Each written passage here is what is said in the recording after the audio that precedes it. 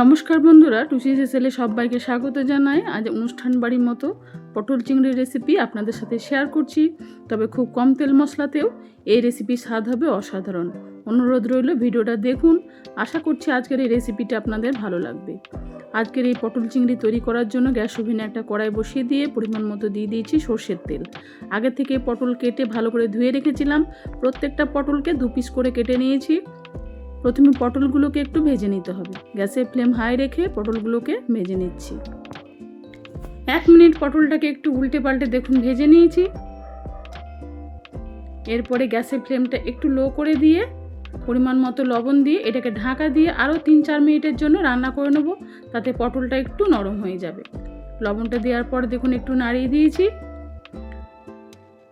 এরপর এটাকে ঢাকা দিয়ে দিচ্ছি 2-3 মিনিটের জন্য। এই সময় গ্যাসের ফ্লেমটা একটু কম করে রান্না করলে পটলটা বেশ নরম হয়ে যাবে। 2-3 মিনিট পরে ঢাকনাটা খুলে দিয়েছি। পটল কিন্তু অনেকটাই নরম হয়ে গেছে। আবারও এই সময় গ্যাসের ফ্লেমটা হাই করে দিতে হবে, যাতে পটলগুলো বেশ একটু লাল লাল মতো ভাজা হয়ে যায়। তবে খেয়াল রাখবেন পটল যেন একদম নরম না হয়ে যায়, সেই জন্য হাই ফ্লেমেই এই সময় পটলটাকে বেশ লাল লাল করে একটু ভেজে নিতে হবে, যেন পটলের গায়ের কালারটা যেন খুব ভালোভাবে চেঞ্জ হয়ে যায়। এতে পটলটাও যেমন খুব সুন্দরভাবে ভাজা হবে, তেমনি কিন্তু গলেও যাবে না। ভালো করে দেখুন পটলগুলোকে ভেজে নিয়েছি। এরপরে তেল থেকে ছেঁকে পটলটাকে তুলে নিতে হবে। আর পটল ভাজার সময় কখনোই কিন্তু হলুদ ব্যবহার করবেন না, শুধু লবণ দিয়ে পটলটা ভাজবেন, তাহলে কিন্তু তেলটা ততটা পরিমাণ কালো হবে না। ওই তেলটাতেই আপনারা রান্না করতে পারবেন। আমি ওই পটল ভাজার তেলেই রান্নাটা করব, সেই জন্য পটলের মধ্যে কোনো রকম হলুদ ব্যবহার করিনি। এরপরে ওই তেলের মধ্যেই আলুগুলোকে ভেজে নিচ্ছি। এখানে আমি মিডিয়াম সাইজের 2টো আলু একটু ডুমো ডুমো করে দেখুন কেটে ভালো করে ধুয়ে রেখেছিলাম। আলুগুলোকেও বেশ মুচমুচে করে একটু লাল লাল করে ভেজে নিতে হবে। রেসিপিতে কিন্তু পটল আর আলুটা খুব ভালো করে ভাজতে হবে, তাহলে পটল চিংড়ির টেস্টটা কিন্তু খুব ভালো হবে। গ্যাসের ফ্লেমটা লো করে 2-3 মিনিটের জন্য একটু ঢাকা দিয়ে রেখেছিলাম। আলুগুলো দেখুন বেশ লাল লাল মতো ভাজা হয়ে গেছে। এরপরে আলুগুলোকেও একটু ছেঁকে তুলে নিতে হবে। সব আলুগুলোকে দেখুন তুলে নিয়েছি। এবার ওই তেলের মধ্যেই চিংড়ি মাছটা ভেজে নেব। আগে থেকেই চিংড়ি মাছ আমি লবণ হলুদ মাখিয়ে রেখেছিলাম।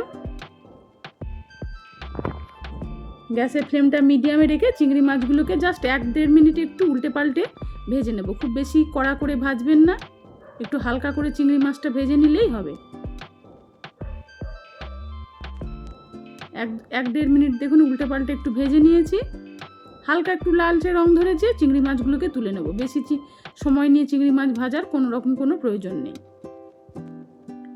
এবার ওই কড়াইতেই দিয়ে দিয়েছি দেখুন খুব অল্প পরিমাণ তেল, একটা তেজপাতা, একটু গোটা গরম মশলা ফোড়ন দিয়েছি, 2-3টে এলাচ একটু মুখটা ফাটিয়ে দিয়েছি, 2টো দারচিনির টুকরো, একটা শুকনো লঙ্কা, সেই সঙ্গে দিয়েছি 1/2 টিস্পুন রাঁধুনি আর 1/2 টিস্পুন দিয়েছি 5 ফোড়ন।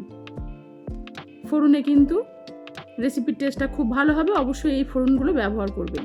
ফোড়নটা খুব ভালো করে ভাজা হয়ে গেছে। এরপরে দিয়েছি একটা মিডিয়াম সাইজের দেখুন পেঁয়াজ কুচি। খুব অল্প মশলার মধ্যে রেসিপিটা তৈরি করছি বন্ধুরা, কিন্তু খেতে খুব ভালো হবে।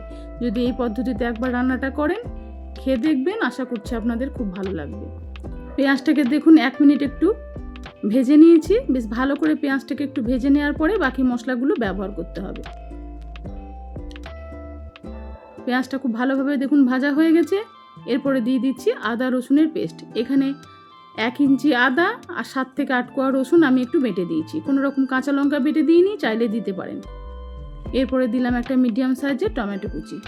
টমেটোটাকে দেওয়ার পরে খুব ভালো করে একবার দেখুন উল্টে পাল্টে নাড়িয়ে দিয়েছি মশলাটা। এবারে দিয়ে দিচ্ছি 1 টিস্পুন মতো ধনে গুঁড়ো। চাইলে জিরে গুঁড়ো ব্যবহার করতে পারেন, আমি কিন্তু জিরে গুঁড়োটা আর দিইনি। ভালো করে মশলাটাকে একটু ভেজে নেওয়ার পরেই মশলার মধ্যে দিয়ে দিচ্ছি খুব সামান্য পরিমাণে একটু জল। জলটা দেওয়ার পরে বাকি গুঁড়ো মশলাগুলো এবার ব্যবহার করব। এই সময় জলটা একটু দিয়ে দিলাম, যাতে মশলাটা তলায় পুড়ে না যায়। দিয়ে দিচ্ছি এবার পরিমাণ মতো হলুদ গুঁড়ো, একটু ঝাল লঙ্কা গুঁড়ো দিয়েছি 1/4 স্পুন মতো, আর পরিমাণ মতো দিয়েছি লবণ। লবণটা একটু বুঝে ব্যবহার করবেন, যেহেতু পটলে লবণটা ব্যবহার করেছি, সেই বুঝেই লবণটা ব্যবহার করতে হবে। ভালো করে এবার মশলাটাকে আরও একবার দেখুন কষে নিয়েছি। খুব সামান্য পরিমাণ এবার একটু জল দিয়ে মশলাটাকে ঢাকা দিয়ে কিছুক্ষণ কষে নেব। প্রায় 2-3 মিনিট একটু কষে নিতে হবে। গ্যাসের ফ্লেমটা এই সময় একটু লো করে দিয়েছি। 2-3 মিনিট পরে ঢাকনাটা খুলে দিয়েছি। মশলাটা কিন্তু খুব ভালোভাবে দেখুন কষানো হয়ে গেছে। আমি রান্নার মধ্যে কোনো রকম কাশ্মীরি লঙ্কা গুঁড়ো ব্যবহার করিনি বন্ধুরা, আপনারা চাইলে করতে পারেন। এরপরে ভেজে রাখা আলু আর পটলটাকে একসাথে দিয়ে খুব ভালো করে একটু কষে নিতে হবে। গ্যাসের ফ্লেমটা মিডিয়াম টু হাইতে রেখে আলু পটলটাকে দেখুন খুব ভালো করে একটু কষে নিয়েছি। এরকমভাবে উল্টে পাল্টে যদি আলু আর পটলটাকে একটু কষে নেওয়া হয় তাহলে রান্নার কালারটাও যেমন সুন্দর আসবে, রান্নাটা খেতে কিন্তু খুব ভালো হবে। আরও 1-2 মিনিটের জন্য ঢাকা দিয়ে রেখেছি একদম লো হিটে। এই সময় দেখুন কিছুটা কাজু বাদাম নিয়েছি, ওটা একটু শিলে বেটে নিয়েছি। তারপরে ঢাকনাটা খুলে আরও একবার উল্টে পাল্টে পটল আলুটাকে দেখুন নাড়িয়ে দিয়েছি। এরপরে গ্যাসের ফ্লেমটা আবার একদম লো করে দিয়ে কাজু বাদাম বাটাটা দিয়ে দিয়েছি। অবশ্যই একটু ব্যবহার করবেন কাজু বাদাম বাটাটা, তাহলে কিন্তু রেসিপির টেস্ট খুব ভালো হবে। অল্প একটু বাটিটা ধুয়ে জলও দিয়ে দিয়েছি লো হিটেই। এরপরে খুব ভালো করে সবজিটাকে একটু নাড়িয়ে দিয়েছি। কাজু বাদাম বাটাটা দেওয়ার পরে আরও একটু কিছুক্ষণ সময় নিয়ে এটাকে একটু কষে নিয়েছি।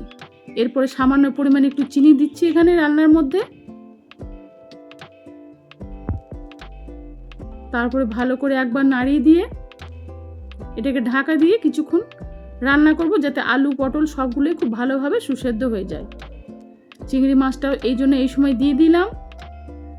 তারপরে ভালো করে আর একবার দেখুন উল্টে পাল্টে নাড়িয়ে দিয়েছি। এরমভাবে একটু সময় নিয়ে যদি রান্নাটা কষানো হয় বন্ধুরা, খেতে কিন্তু অসাধারণ হয়।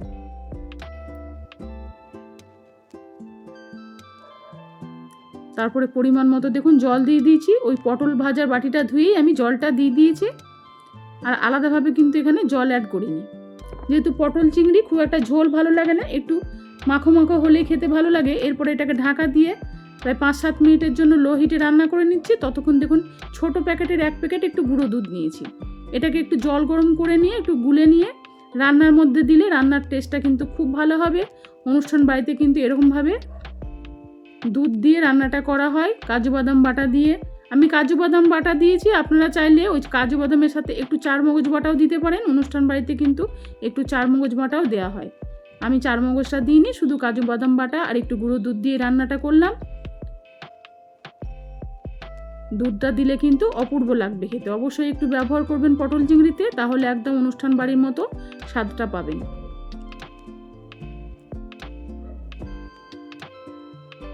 পটল আলু খুব ভালোভাবে সুসেদ্ধ হয়ে গেছে।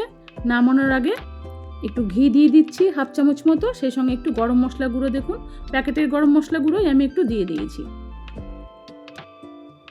ভালো করে একবার উল্টে পাল্টে এটাকে নাড়িয়ে দিয়ে গ্যাসের ফ্লেমটা বন্ধ করে দিয়ে এটাকে ঢাকা দিয়ে প্রায় 5 মিনিট একটু স্ট্যান্ডিং টাইমে রেখে দিয়েছিলাম। আজকের এই রেসিপিটা কেমন লাগলো অবশ্যই কমেন্টে জানাবেন। ভালো লেগে থাকলে একটা লাইক শেয়ারের জন্য অনুরোধ রইল। যারা আমার চ্যানেলে নতুন এসেছেন তাদের কাছে অনুরোধ রইল আমার চ্যানেলটিকে সাবস্ক্রাইব করে আমার পাশে থাকার। পুরনো বন্ধুরা তো পাশেই আছেন, নতুন বন্ধুদের আমার পাশে থাকার অনুরোধ জানাচ্ছি। তাদের বন্ধুবান্ধবদের কাছে রেসিপিটি শেয়ার করে দিয়ে তাদের দেখার সুযোগ করে দিন। ফিরে আসবো অন্যদিন অন্য কোনো নতুন পর্বে নতুন রেসিপির সাথে। সবাই ভালো থাকুন, সুস্থ থাকুন। নমস্কার।